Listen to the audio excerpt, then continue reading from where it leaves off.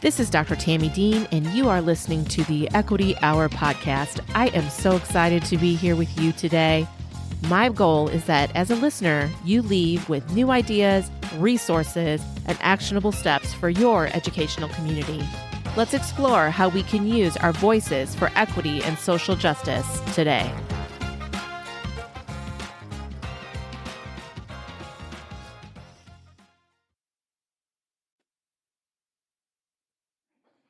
Hello, everyone, and welcome to another episode of the Equity Hour with me, your host, Dr. Tami Dean. I am super excited to, of course, introduce our guest this week. We have with us Dr. Shelly Jones Holt, and she is the founder and CEO of Leadership Legacy. Dr. Shelly is dedicated to fostering equity and inclusion in education. Her goal is to support and empower all students, families, and educators by creating environments where everyone feels valued and respected. Yes, she strives to break down barriers and ensure that every individual has an opportunity to thrive. So welcome, Dr. Shelly. Thank you so much, Dr. Tami. I am so glad to be here. I loved our initial conversation, and I'm really excited to see what we're going to come up with and put out to the world in this hour. It's an awesome time to be a courageous leader focused on all people getting what they need, when they need it, and the way they need it delivered. Oh, absolutely. And I think that's so important, just even to start off with the fact like all people, because I think sometimes the narrative with equity and this work gets shifted that we're only talking about a very small subset of people, but that's not the truth at all. Not at all. And I think that's part of the misnomer and the propaganda that folks are playing with. I don't deal in propaganda. Let's deal in facts. And the truth of the matter is, everybody hasn't always gotten what they need to be successful because we need different things to be successful, all of us as human beings. And sometimes it's because of our gender. Sometimes it's because of a medical status. Sometimes it's because of our identity and the way the world sees us. But whatever the reason, we in America have been founded and we believe as a whole in this idea that everybody should have an opportunity. That's what this country was founded upon. And as we've been progressing, there's been a lot of movement towards ensuring that we correct some of the systemic harms that have led to people not being able to get these things. And right now we're in a time where that is being tested. And we're going to have to see as a society, are we going to pass this test, or are we going to let our ancestors down and not move this work forward? And it's not going to be easy, but it needs to be done. Oh, absolutely. Absolutely. I want to come back to something you said there in just a minute, but I want to start. I always ask my guests to tell a little bit like this. I know the short version because I know mine is long. I know yours is long. How did you first get started? Like, what was your like equity journey and path? Because I always think people think it's like a one and done or it's like a quick thing, but really it is a marathon if we're going to use that analogy. And there's always something to learn. There's always someone to connect with. And so share a little bit about your journey to this work, if you don't mind. My journey, like most, it's convoluted, but I will say it is based in this idea of ensuring that we put people first. And that's always been at the core of who I am, is that we put people and their needs first. And I remember my first really big recollection that there are definitely some inequities was when I was a teenager and I learned and then I had to go, or I figured out, I should say, or was told, I don't know, what an OBGYN was and what this all entailed. And that was a thing for me. I'm like, they're going to do what? Where? Huh? Like I was trying to wrap my mind around it. And when I finally did, I was like, okay, well, if I have to do this, like if this is a thing right, that has to be done, I would like to go in and talk with a woman who looks like me. Yeah. And so I'm in Oakland, California at the time. I was going to Berkeley. And literally in all of Oakland, I couldn't find not Alameda, all this whole Northern California area. I couldn't find one Black OBGYN. There was one Black nurse practitioner, Kaiser, And I literally went and sat outside of her office to beg her to take me onto her roster Oh because my I was like, gosh. ma'am, I don't know what this is going to entail, like literally, but I need to talk to somebody that looks like me. And she was so like taken aback that I was like literally just stalking out because I'm like, this is not a thing that is normal in my mind. Like, remember, this Yeah. is 16, 17, 18-year-old brain going, now you're going to have to put something where and look at why and how. And so that was my first real idea that, wait a minute, why can't I find everybody else can find somebody to go to that looks like them? All Yeah. of my Asian friends could find somebody. Remember, I'm at Berkeley. My white friends could find folks. And when I would talk to them about it, they were like, wait a minute, nobody? Like to the point where it became a thing in the dorms. Like, well, everybody Like was helping everybody's me. trying to look. Right? Yeah. We're all gonna look. And we were like, oh my gosh, there's nobody. And so that was one of my first like entrances into, well, wait a minute, we all don't get to do and receive the same services. And Mm, then seeing, I became a health educator at Berkeley and seeing the way that different people were impacted by different sexually transmitted diseases. And I was like, whoa, this is not hitting everybody in the same way. The situations are not the same. And, of course, I have further back history and forward history, but I think those were probably two of the most significant moments was realizing that going into the medical field, there wasn't people that looked like us. So I initially was going to become a medical doctor. And then I realized I couldn't stand the sight of spit. And that was something that I was like, oh, so yeah, this is, you don't want me to do that. Nobody maybe needs a not. doctor Maybe that's like, not. cringing at the sight of, at the thought of touching you. Like, that's not going to work. Like I And swear I'm so I here went for in, you. right? I really want it, but I just can't touch you. And oh, what is that? And where is it coming from? And what Like that's a color is it? fluid. I'm not sure. Yeah. Right. You don't want me to do that. So I ended up becoming an educator and then a leader in the education field because I figured if I can't help people directly with, the medical Mhm. work, I can at least help build and raise and teach the future doctors of the world and ensuring that more young people who look like me were able to go get into medical school and become practitioners in this field. And so that's part of my equity journey, but I will say it had to do with not being able to get the services that were so readily available to my peers and trying to do something about that. Yeah.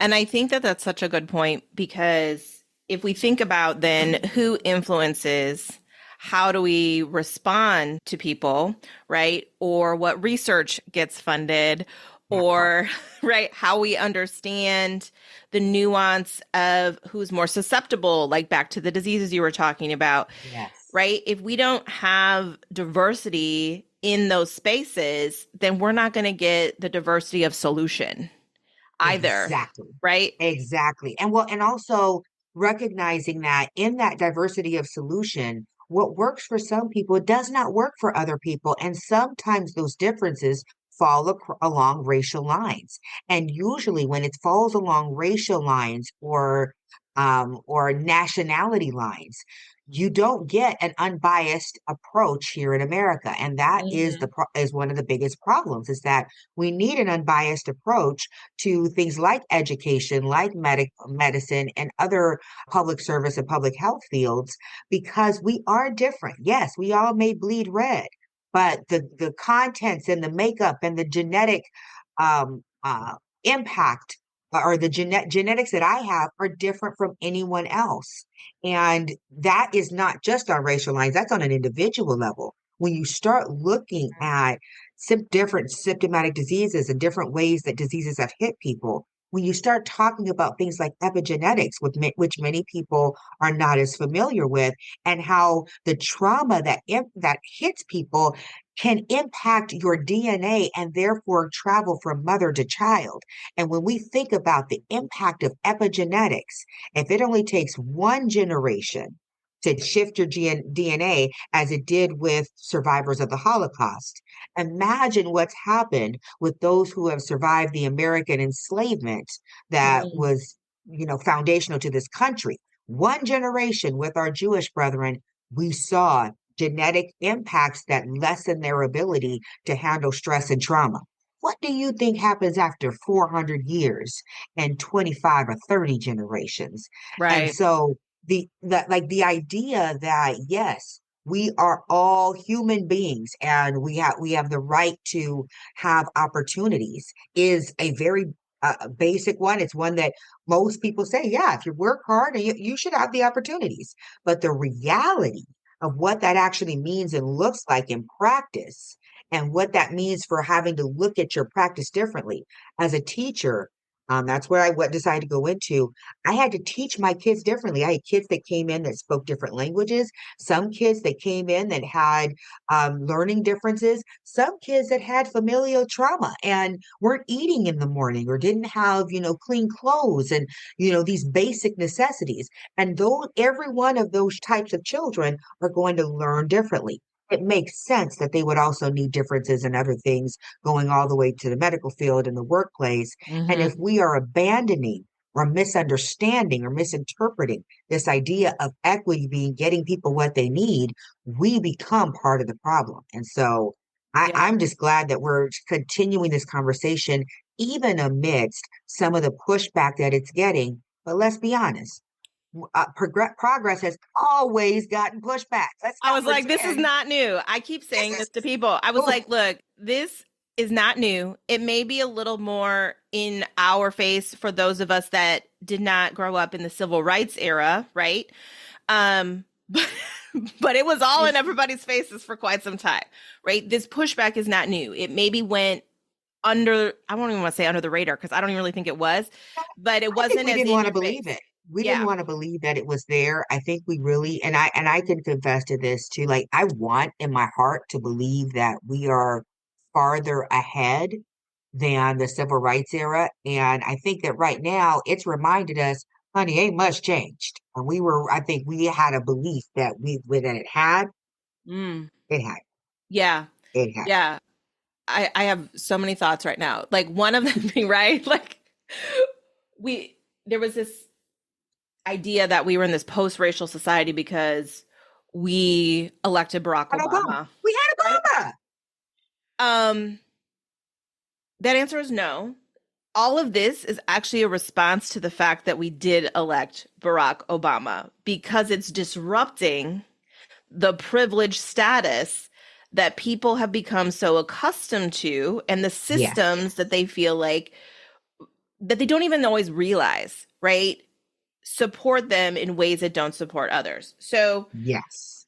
two things that come to mind. One, when we're thinking about groups of people, I think the challenge, especially when we think about, well, I'm just going to stick with educators for right now, but really with any group, is we think about cultural competence. So it's very easy to be like, oh, I am like this. All students that look like me have had the same experience. Or I have X friend, and this is my understanding of a particular group. And so now I project, for lack of a better word, my understanding onto others that I may come across.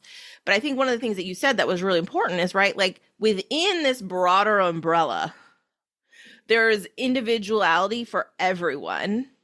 And if we focus on the individual and supporting what each individual needs, then we're all going to come out ahead. So, like, put your assumptions aside, right? That part. I mean, well, and start focusing on people and their needs as not being a crutch or a problem, but as being actually the solution. I've had Yes. the pleasure of being able to run very large departments, school districts, organizations, and to support some amazing executive leaders.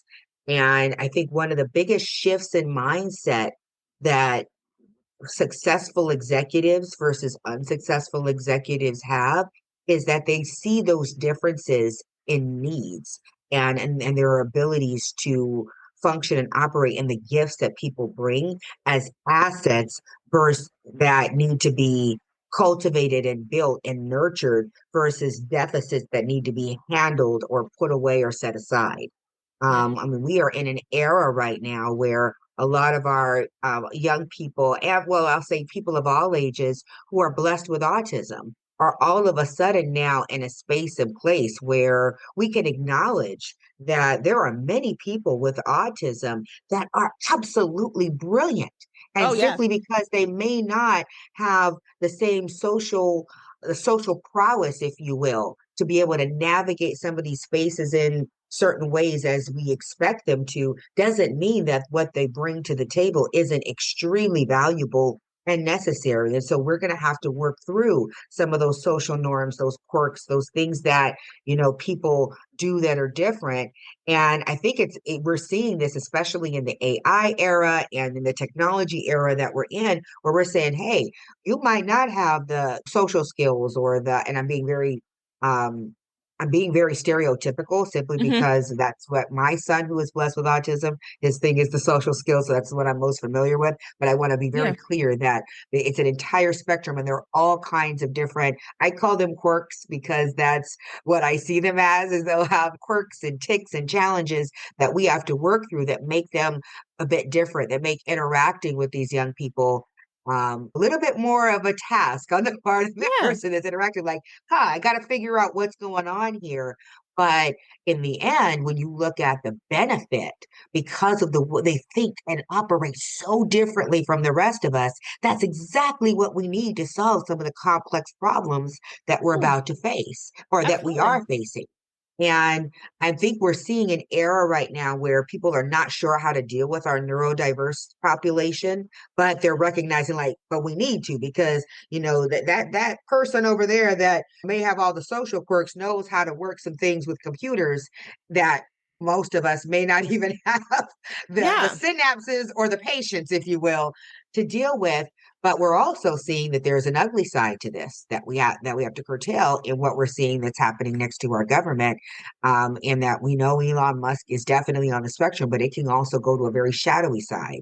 And so there's just so much that right now, when this equity movement, we need to process and understand as a people that we can't throw people away or dismiss them or toss them aside because they are different. And that's something that America has been doing for a long time. I mean, you Oh, remember yeah. hearing the stories about Well, women who would get pregnant and we would throw them to these Catholic whatevers, we go and hide them away, right? Like, hide them away or somewhere. It's like, shame them, but not the. I mean, they didn't do that by man, themselves. Like they needed that some help, right? Like, but this idea, that we gotta fix, and I'm doing air quotes right now, y'all, in case you yep, can't see me. I'm doing it There, right with you to right. fixing We people. gotta fix people. We don't need to fix people. We We need we to need fix to. problems, not people. And people are Yes. not problems. No, and to be quite frank, we all have our own individual quirks and nuances,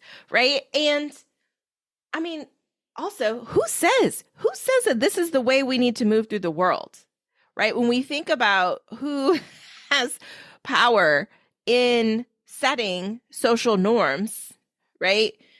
And what those expectations are, who has that power? So how are we to say that what someone else is doing is quote unquote wrong? I mean, it's not wrong. It's part of the diversity of humanity.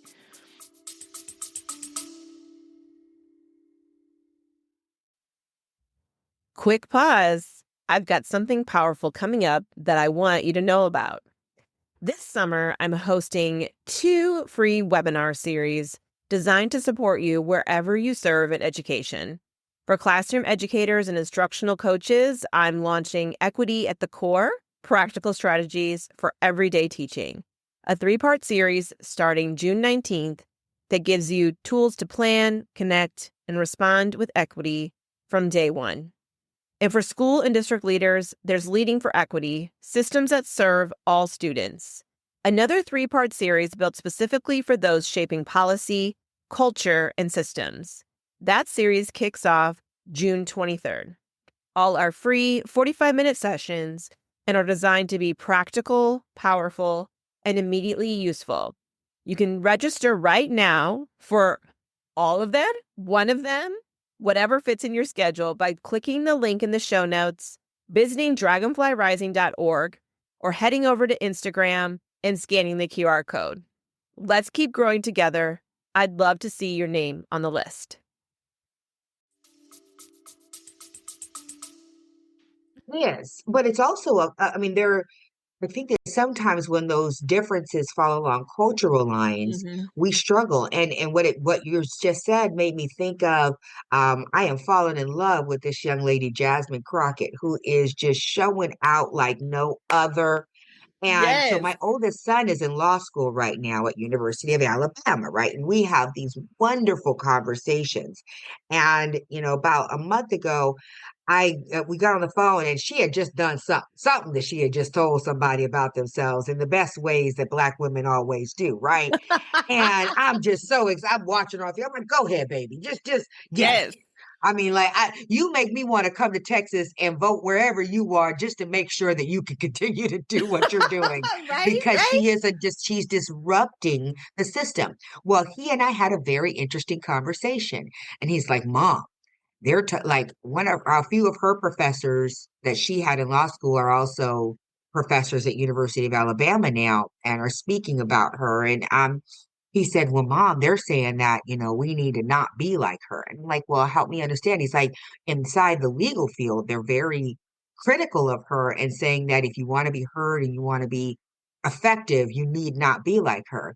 And my initial thought was, hold up, because she's operating authentically as who she is. Mm-hmm. And we are a different kind of people as African Americans. And I'm saying that's different from Africans that are in America. That's different from people who have more of the vanilla persuasion in America and have been able to operate as the privilege of white. Like this, she's operating in her true self.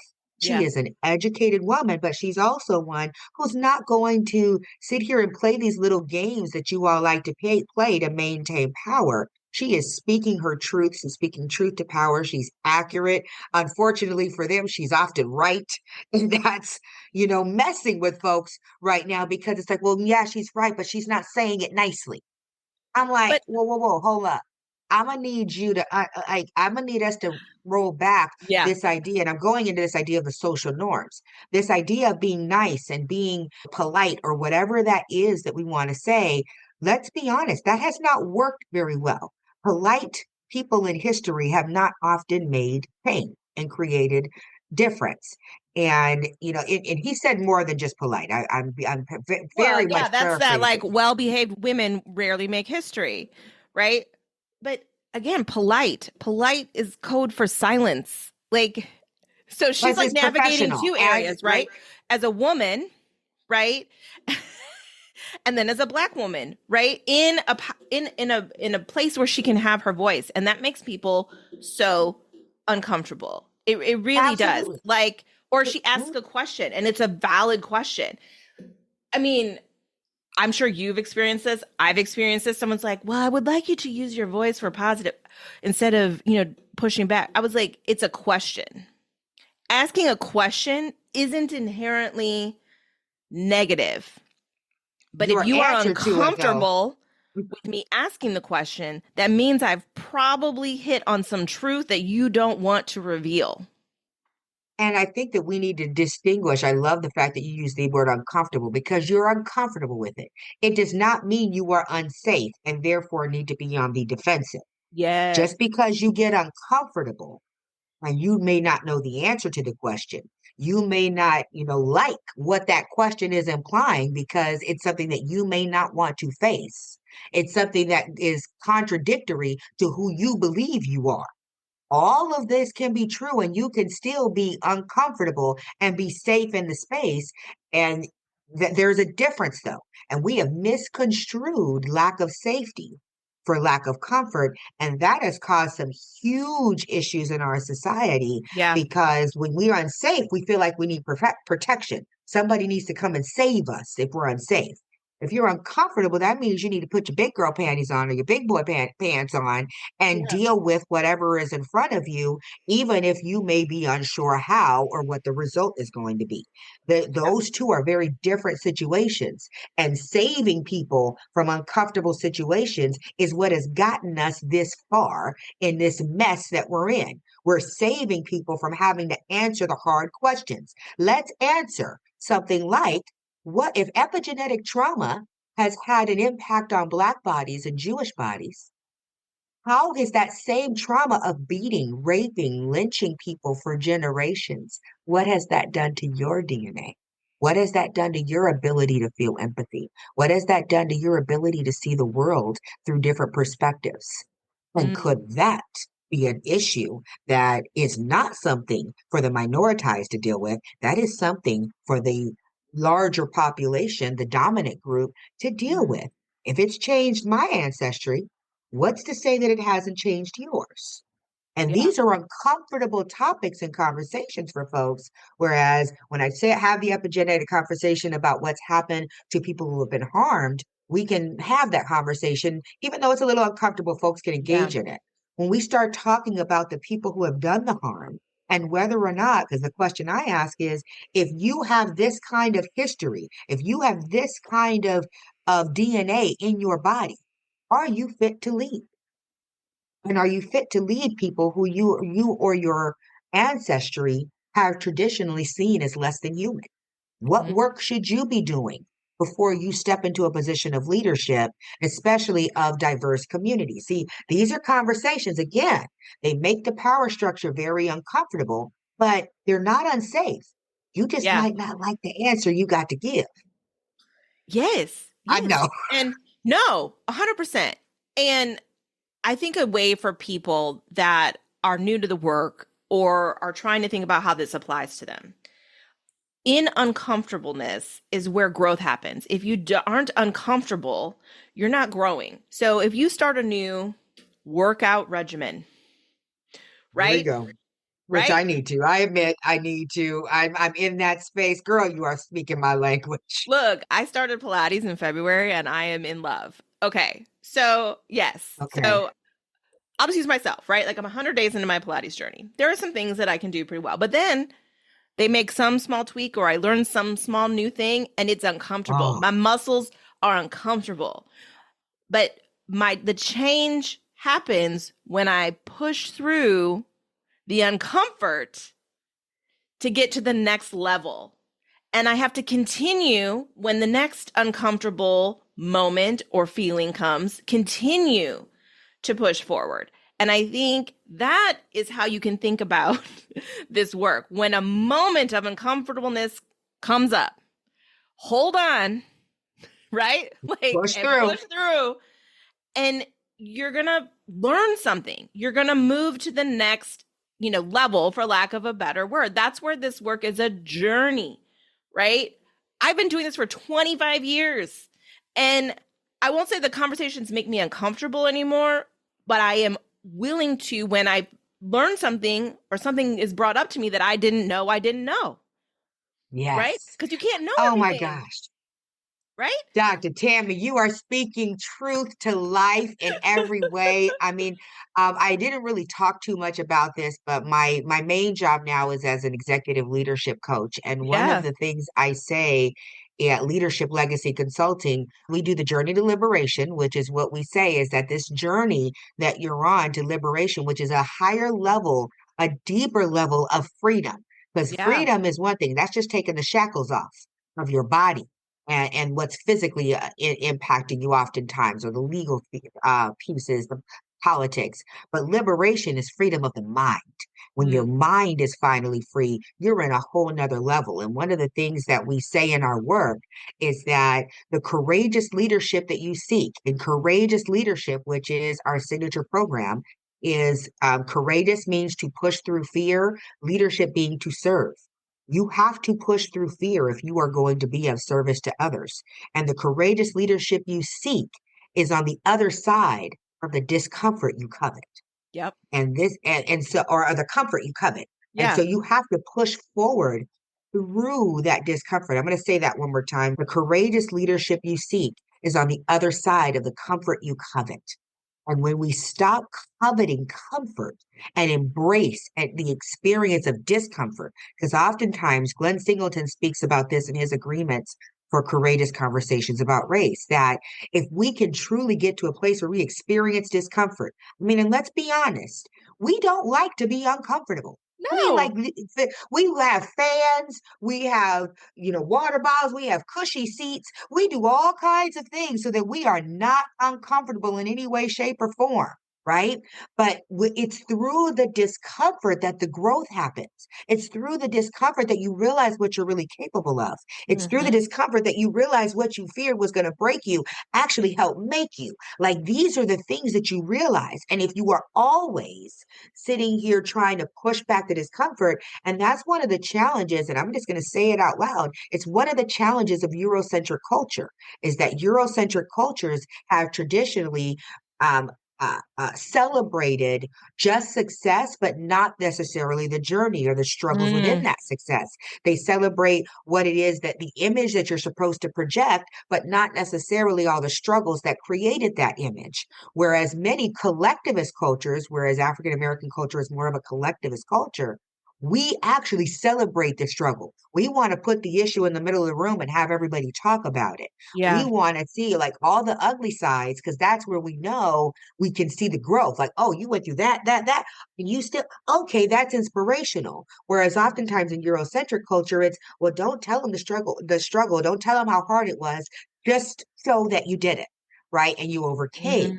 That's where that image of success versus the journey to success, at which do you value more? We tend to value the journey, whereas other people tend to value the image or the power that comes with it. And so, this discomfort piece that we're hitting on is a big issue in the equity world because when everybody is getting what they need, when you have to do something different for somebody else, if your mindset isn't in a place where you're saying, I'm willing to do, like if Dr. Tammy needs something and I got to do something different so Dr. Tammy can be successful, then I'm actually happy to do that. But if I feel like, well, I have to do something, so I'm losing out so that Dr. Tammy can win, then the mindset becomes, well, that's not Dr. Tammy's issue. She got to deal with that. Versus it is our issue to be collectively successful, even at something like a podcast. We have to make sure we are meeting each other's needs. Yeah. Right. If that doesn't happen, then it doesn't become an enjoyable and productive experience. The same thing applies, I would argue, in every situation where you have more than one person trying to accomplish a task. You Yeah. have to be able to meet one another's needs, even if that means it's going to take a little bit of extra effort on your part to make sure the next person has what they need. If you see that as a deficit and a problem versus part of the process and the journey to success, therein lies the difference. If I Yeah. see it as a problem and something you're taking away from me, I'm less likely to do it. But if I Yeah. see it as an enhancement to, if I provide this for Dr. Tammy, this is what it'll bring back for me. And even if it doesn't bring anything back for me, it's going to make Dr. Tammy successful, which means that we are successful, right? That's a different mindset. And I think we have to talk about the discomfort sometimes that exists in ensuring that somebody else gets something, even if you get nothing from it, other than to make sure that they're okay. Yeah. Yeah. I I know. have I know I have two big thoughts. Two big thoughts right now. One is it goes beyond, I'm going to call it lip service of valuing diversity of thought because you see it time and time again. I have definitely experienced it. They're like, "Oh, two heads are better than one. We're all better together." But not really. Because when you exercise your individuality, it is not well received. And then it, Absolutely. yeah, and it also makes me think of like the process versus the end result. When we think about back when you were originally talking about what you brought to equity, my mind keeps centering around like this myth of meritocracy that exists in the United States, right? Work hard, here is your result.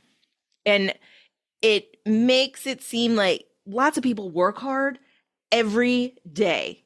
Like, to be honest, they work their ass off in a They do. variety of ways, right? But when we don't have access to the same opportunities, the same systems to be valued for who we are and what we bring to the table as individuals, like I could go on and on and on, right? When all of those things are not equitable, coming back to how we need to give people different things to help them be Yes. successful, right? And I think that's the piece. By looking at individuals and helping everyone grow, it does not take away from your success or take away from your opportunity, but it is the It's collective that it's is the the collective. challenge. Oh, It is. It's the collective, and it's the realizing that if I put forth this effort and in some cultures, things are very transactional. I mm, do this for you, you're going to do this for me. Eurocentric culture is very transactional. We're seeing that right now with our president, right?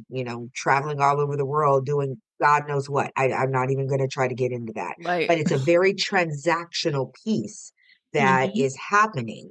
And there's belief that the world operates on these transactions. And that is also, along with meritocracy, is a myth.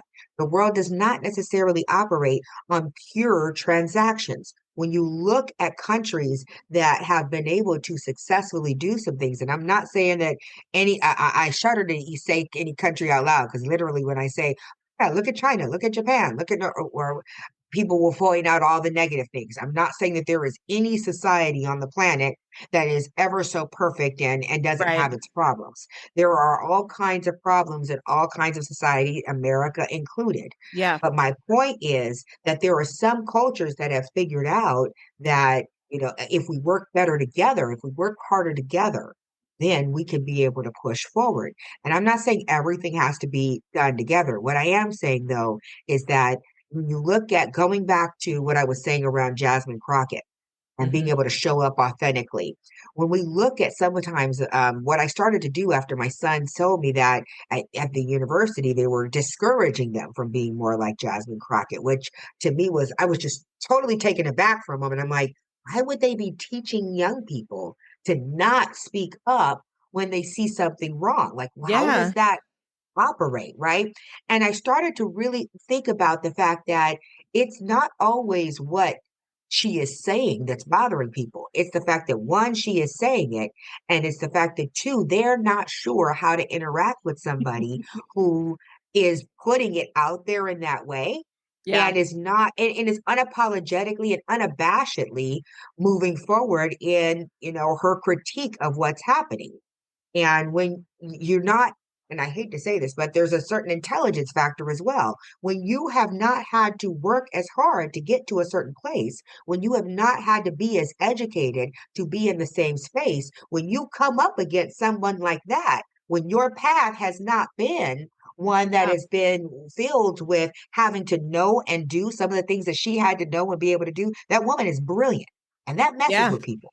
Intelligence, and this goes back to the neurodiversity piece. Mhm. Intelligence from people that are not expected to be intelligent is messing with this country in a way like no other.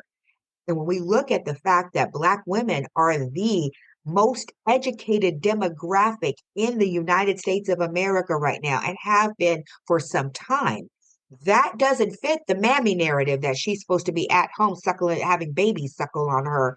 And, which from some Yeah. people going back to the civil rights era, because I think we forget the people from the civil rights era are still with us. They're not gone, y'all. They're Yeah. It still here. wasn't They're just that old. long ago.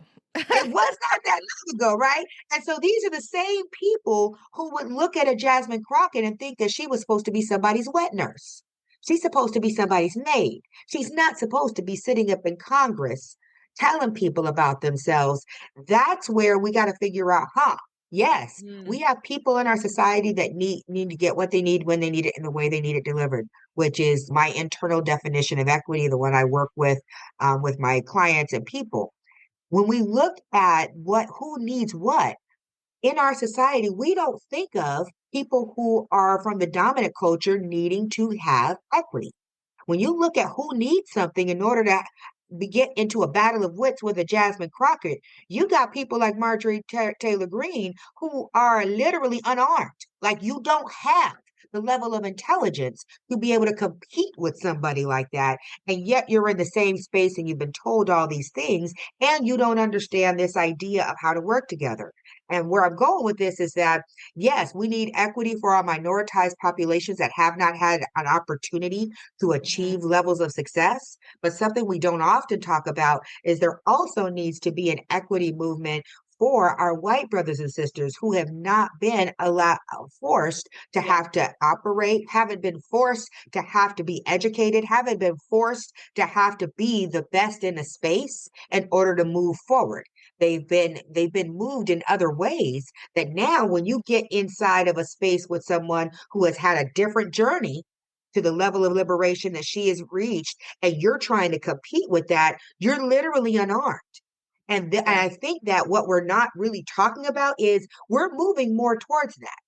And more people who have been given what I call the white man hand up, they just keep getting handed up. They tend to fail up like nobody I've ever met, right? Yes. When you keep doing that and defining success as where you've been, but not the journey you've taken, not, the way that you've achieved that. We just define it as, well, you're successful and you're powerful because you've gotten there.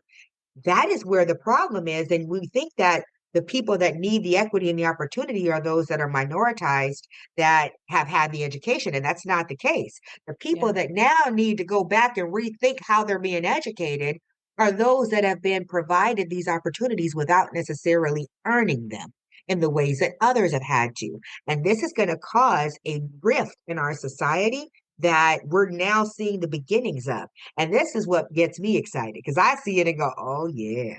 Oh, yeah. Y'all ain't ready for this one.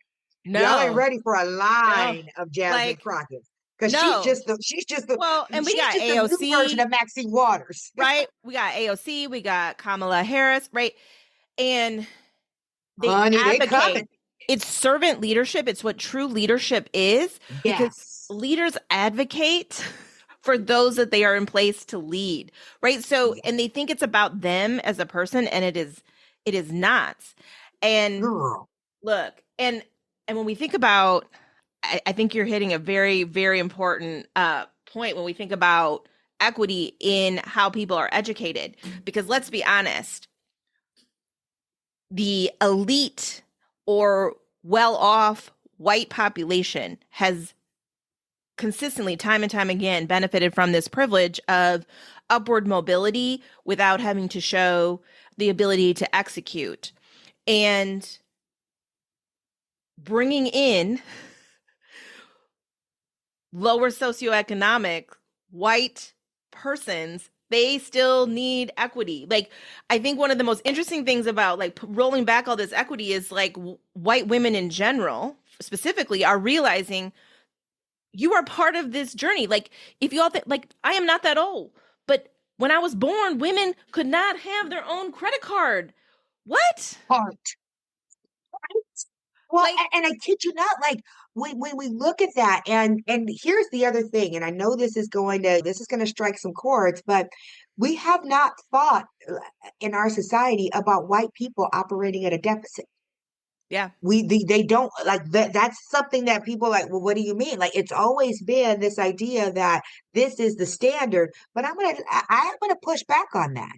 And I push back on it quite hard. I'm saying, well, what makes them the standard other than that they just said they were?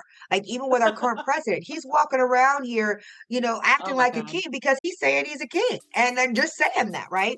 And Oh, I so don't have when to you follow a court ruling. What?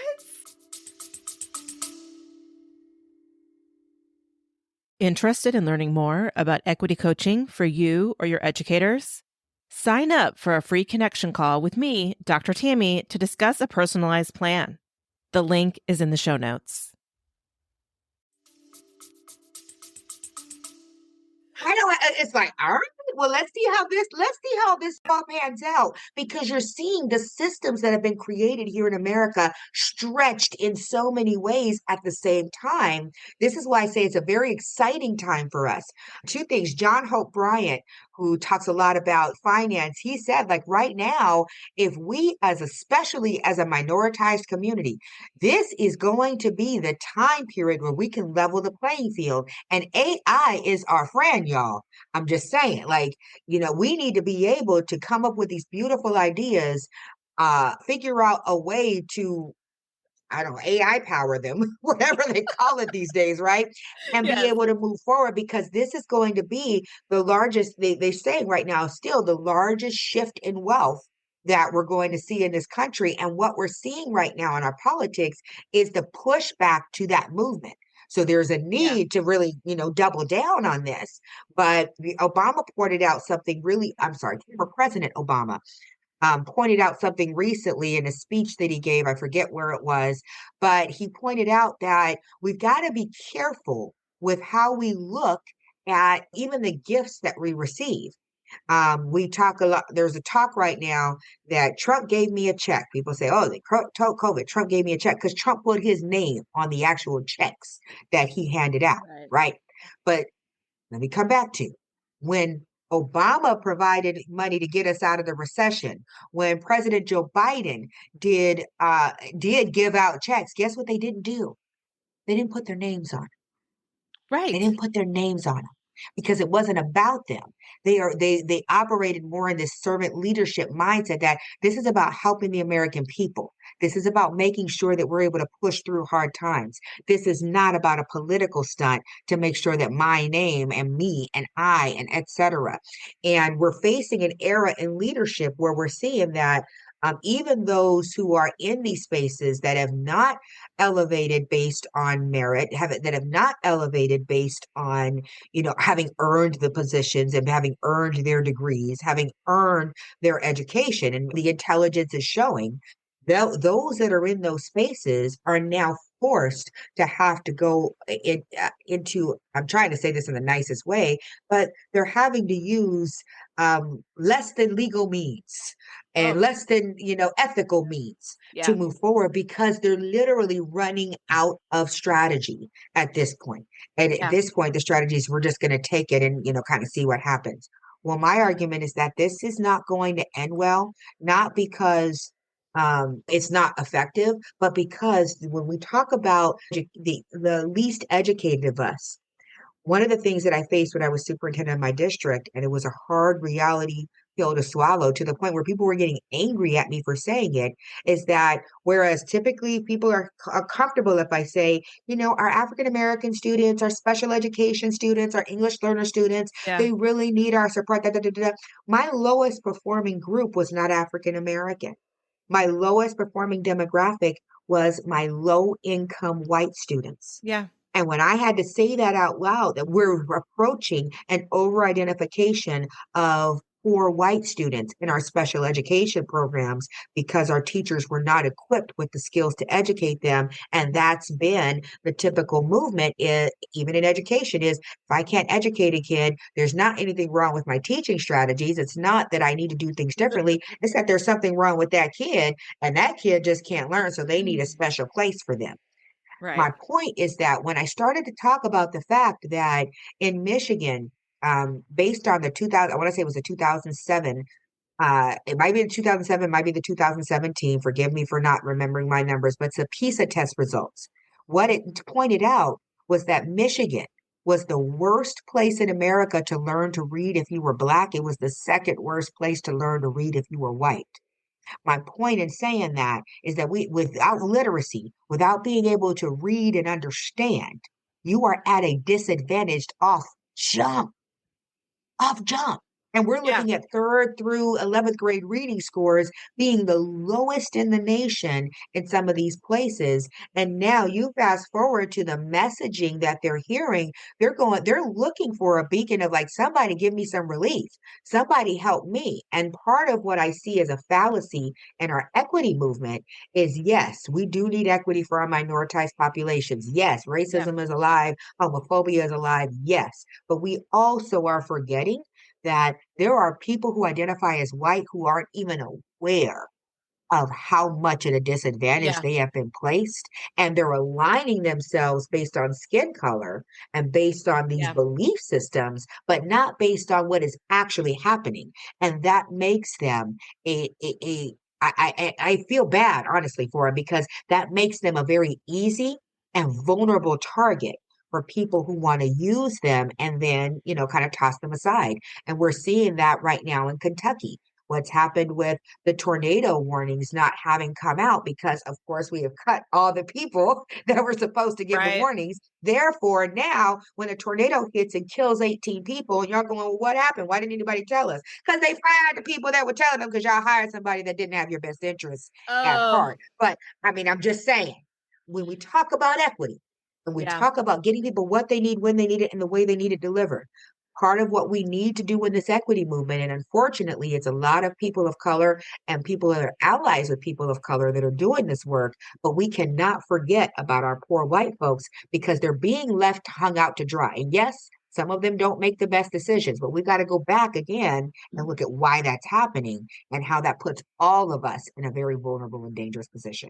Yeah. I know I've kind of talked in a big old circle, but No, absolutely. I feel like we could just continue forever because, there's some historical context to when that shift happened, when the poor whites joined the white movement. So if you don't know, 1865, just like, saying, there was a look it reason. up.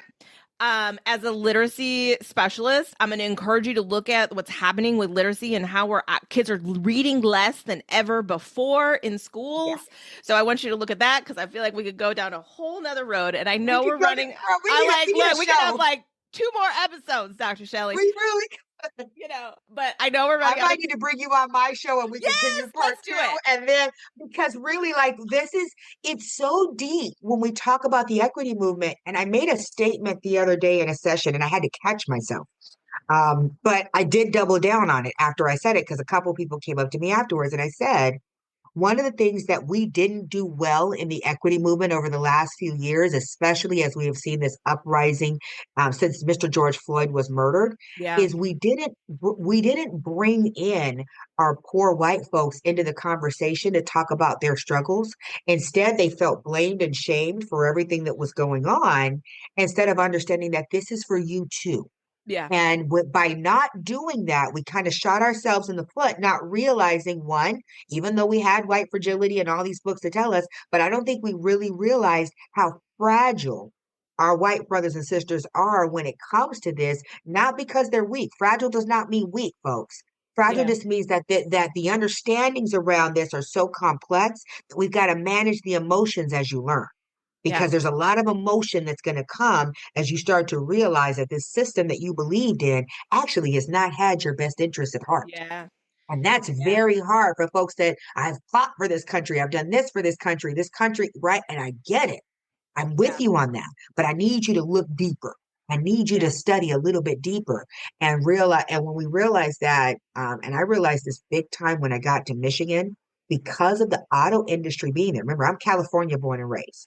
So I got there and I started to realize that people had become comfortable with not having to learn because they knew they could go get a job at the plant, the Mm. factory. My uncle worked there, my cousin worked there. I got a job coming to me. So we've seen this slow decline and the rigor that's been happening in our schools around literacy and around having to perform because they could go get $100,000 job, Mhm. whether just with a high school diploma, it didn't matter what your grades were. But by the time they hit, whatever age that, Ford or GM or whomever would hire them, they would bring them on within 3 to 5 years. They're making $100,000, got their picket fence, their wife, their kids, or right. They're happy. They're living this and they're thinking that's going to continue forever. Well, here comes AI and electric vehicles and all of these other Yeah. things. And it has totally disrupted this community that had not had to focus very heavily on education. And now they need to. And it's a Yeah. struggle, Yeah. right? And so I Yeah. think we did ourselves a bit of a disservice, and that's hard as an equity leader for the last going on 30 years, along Yeah. with you doing Yeah. this work. That's hard for us to face because it hasn't been the focal point of our work. But now we're seeing, oh, if we don't focus on this group, look what happens. Like they Yeah. tend to make decisions that are now. So we got it. Like when we say it is getting everyone what they need, when they need it, and the way they need it delivered, I mean that with every fiber of my being. We've got to focus on everyone Yeah. because if we don't, we will leave people behind, and those people may vote outside of even their own interest and definitely outside of ours. And we do not want to end up in this space again. No, no. And I think we're seeing some of that.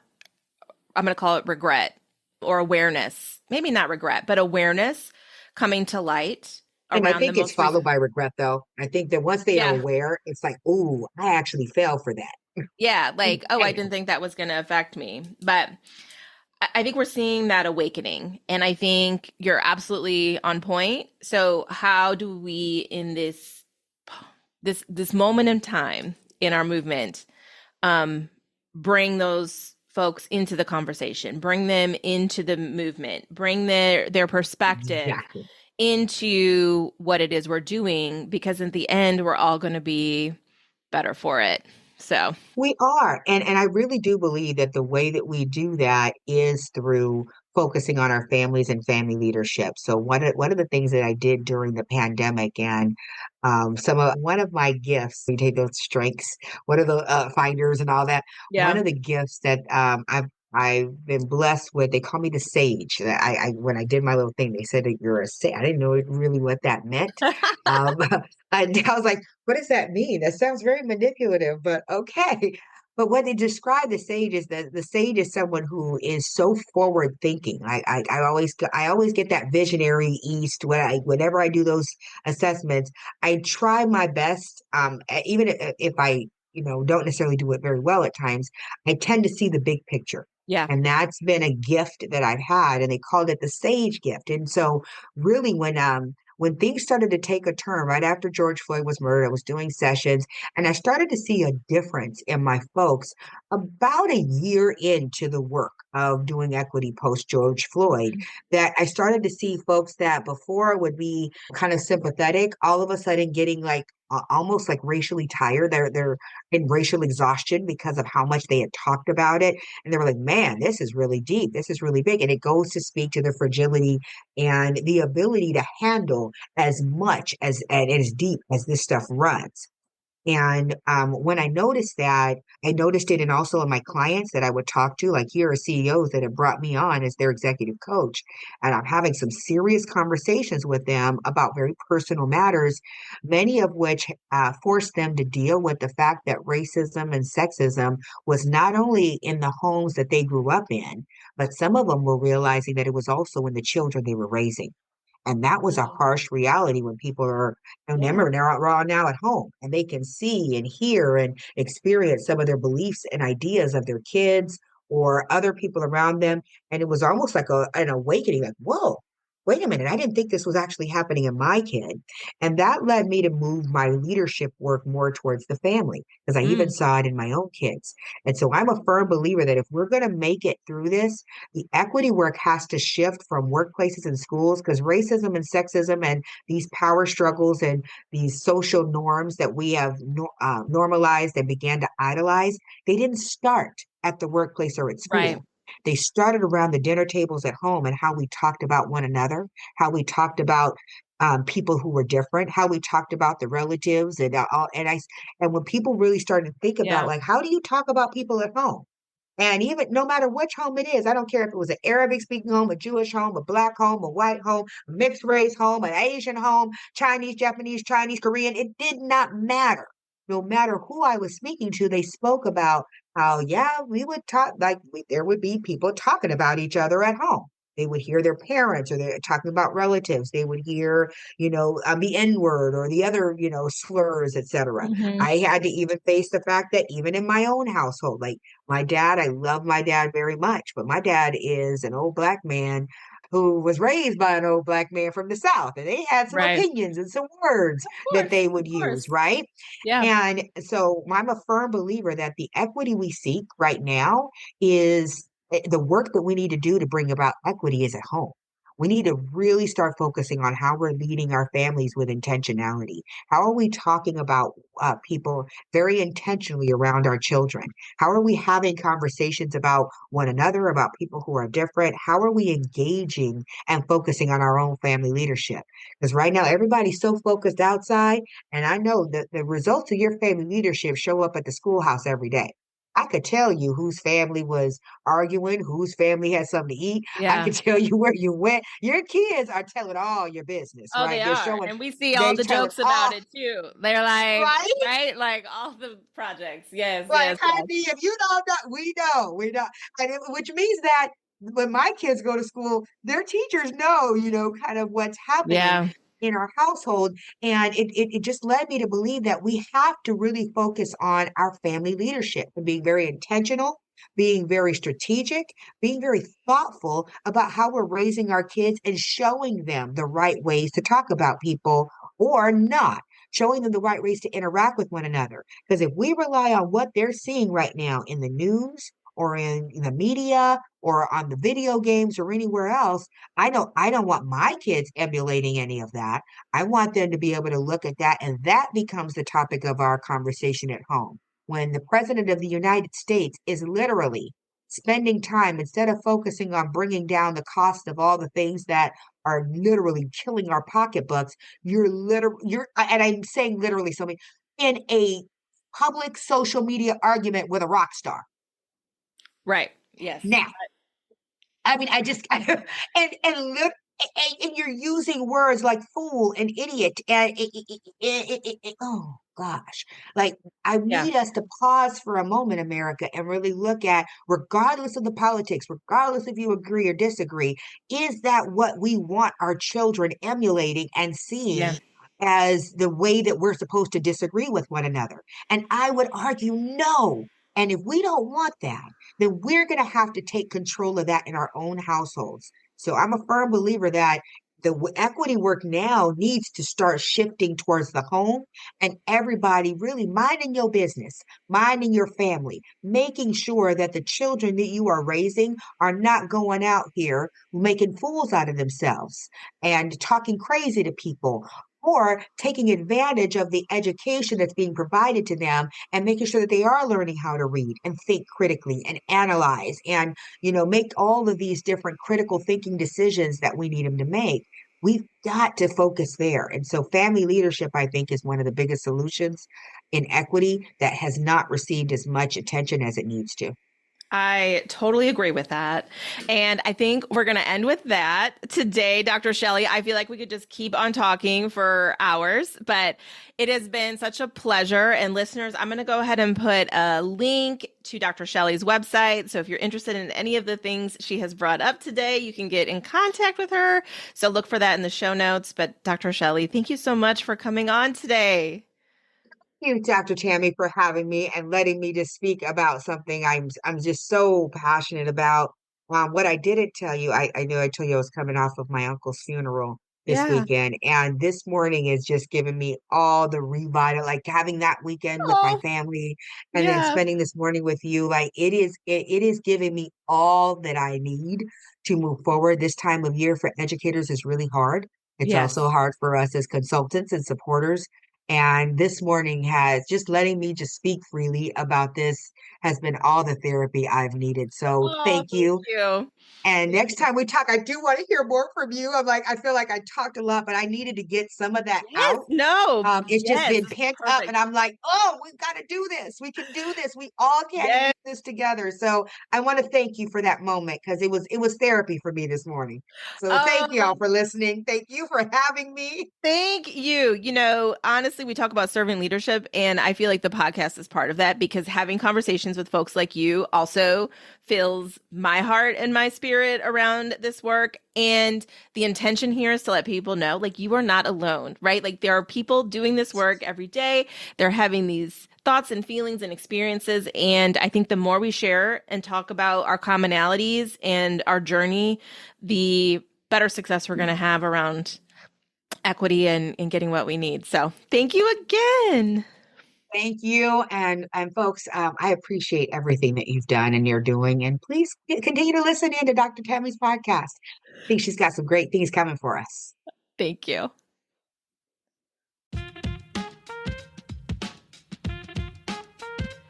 This wraps up another episode of the Equity Hour podcast with me, your host, Dr. Tami Dean. Make sure to check out the show notes for any resources, links, and next steps from today's episode.